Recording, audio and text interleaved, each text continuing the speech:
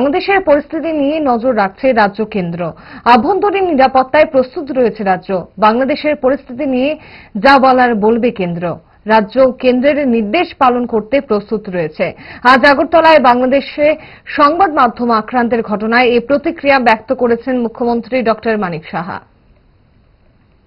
সংবাদ মাধ্যম বলতে আক্রান্ত, আগুন জ্বালিয়ে দেওয়া হচ্ছে, কি বলবেন সামগ্রিক বিষয়? বাংলাদেশের তো যখন আমাদের যিনি প্রাক্তন প্রধানমন্ত্রী শেখ হাসিনা জমির থেকে উনি ওখান থেকে চলে এসছেন এবং যেভাবে ওনাকে ওখান থেকে বাধ্য হয়ে ওনাকে যে বাংলাদেশ ত্যাগ করতে হলো আমরা সবাই জানি। তারপর থেকে আমরা জানি যে এখানে কি হতে যাচ্ছে।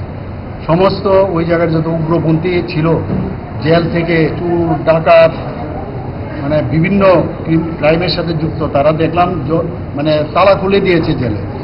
তো এক্সপেক্টই করা যেতে পারে যে কি অবস্থা।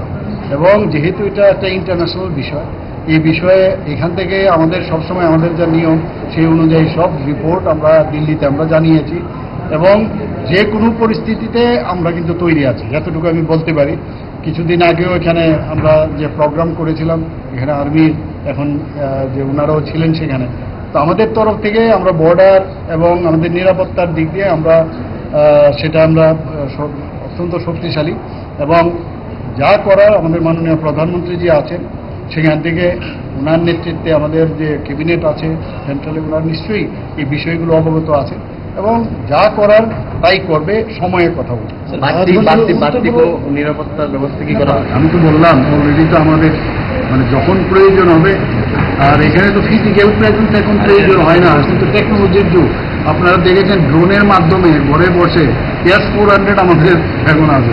তো এয়ার ডিফেন্স সিস্টেম এভরিথিং এখন না ফিজিক্যালি বর্ডারে দাঁড়াতে হবে, তারও দরকার নেই।